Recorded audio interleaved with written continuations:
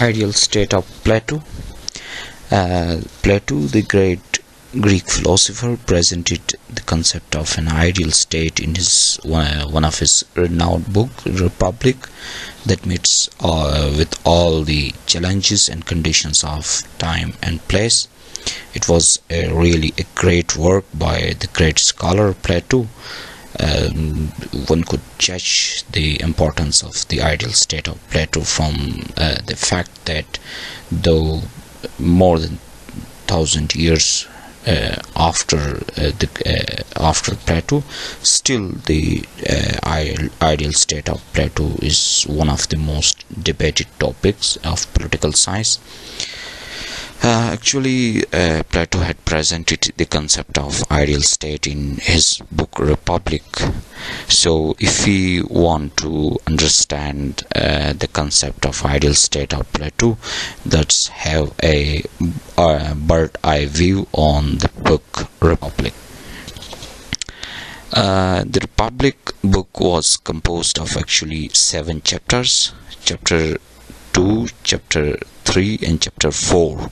In the first 3 chapters, from Chapter 2 to Chapter 4, Plato had discussed about the basic system of education.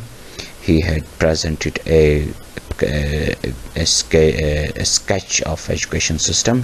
Perhaps Plato was the first Greek scholar, who had presented a brilliant concept of system of education with the proper management for all sections and societies that we will discuss in a different lecture on the system of education by Plato. From chapter number 5 to chapter number 7, in last three chapters, Plato had presented the concept of an ideal state based on communism and philosophy. The concept of communism was although present before Plato as well, but Plato had presented a specific type of communism, that was the communism of property as well as communism of family, and it was a limited communism in the sense that it was applicable to only philosopher kings and soldiers only. And ideal state of Plato was based on philosophy and communism. As philosophy, he had presented the concept of philosopher king. So in book Republic, he had presented first the basic system of education and then the concept of an ideal state.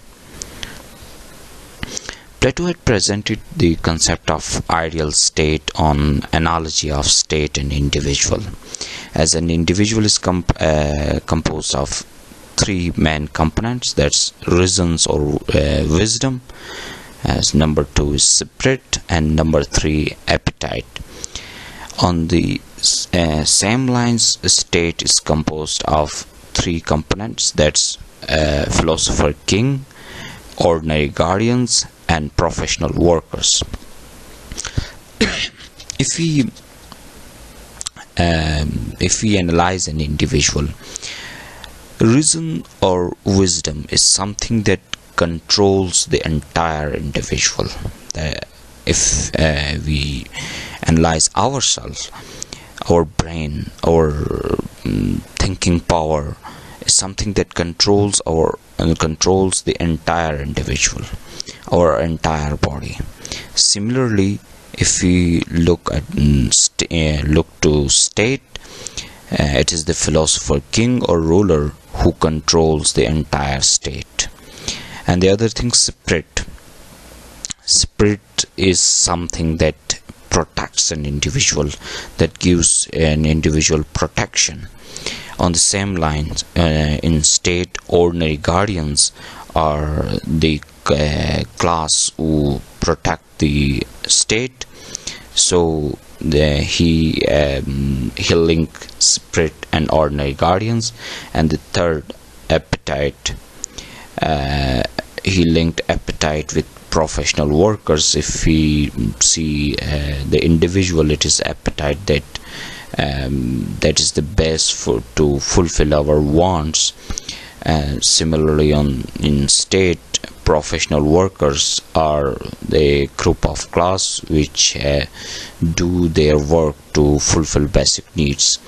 So in this manner, Plato make a relationship between an individual and state. He explained the state from the concept of an individual. That's he link or he compare reasons or wisdom with philosopher, king, or ruler, as both of them control the respective entity. As reasons and wisdom control an individual, philosopher, king, or ruler control the state, and the spirit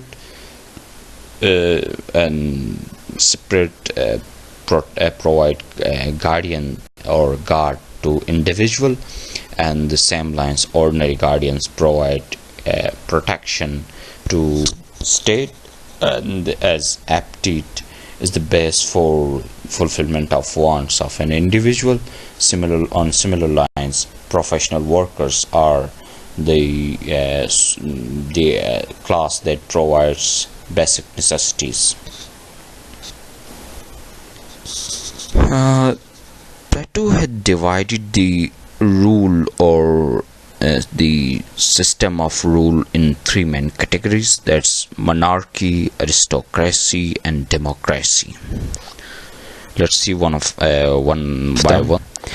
Monarchy is a system of government in which a single person controls the entire state. It's a one-man show in which the ruler make laws, can do anything simply. It's a one person who rules over the entire state. He is the sovereign, and he is the one who could make laws. He is the one who is authorized to punish anybody. So it's, in simple words, it is a one-man show. It can be good it can be good, but there are certain drawbacks as well that Plato himself point out. He said that as far as a king is working for the welfare of public, monarchy can work in a smooth way, but at any point a monarch start thinking for himself more than the state. That's he gave preference to his own interest than to state interest. Then its government start deteriorating, and that can turn into tyranny. That's the you can say that's the disordered form of monarchy. And the another one, aristocracy, as the name suggests, that it's a government by few nobles. Few selected nobles control the entire state. They make governments, and they make laws. They do the same job as monarchy. In monarchy, one man, a monarch, was doing. Here, a few group of nobles control the government and do the same job of monarch. As monarchy had certain drawbacks, similarly aristocracy can also turn into its best shape as well. If as far as aristocrats are working for the benefits of states, aristocracy can work in a smooth way, but at any point, if certain aristocrats start thinking for himself or themselves, and if they prefer their own interest over the state interest, then aristocracy will deteriorate and turn into oligarchy, in which the interest of people are you can say they are destroyed, or it's the bad shape of aristocracy simply. And the third and the last one is democracy, which is now considered as the most best and most successful, best system of government. Democracy is the government by elected representatives. People elect their representatives, and they make laws, they make they govern on them. It is the best system nowadays, right? But it can also deteriorate into its in its bad shape if the elected representatives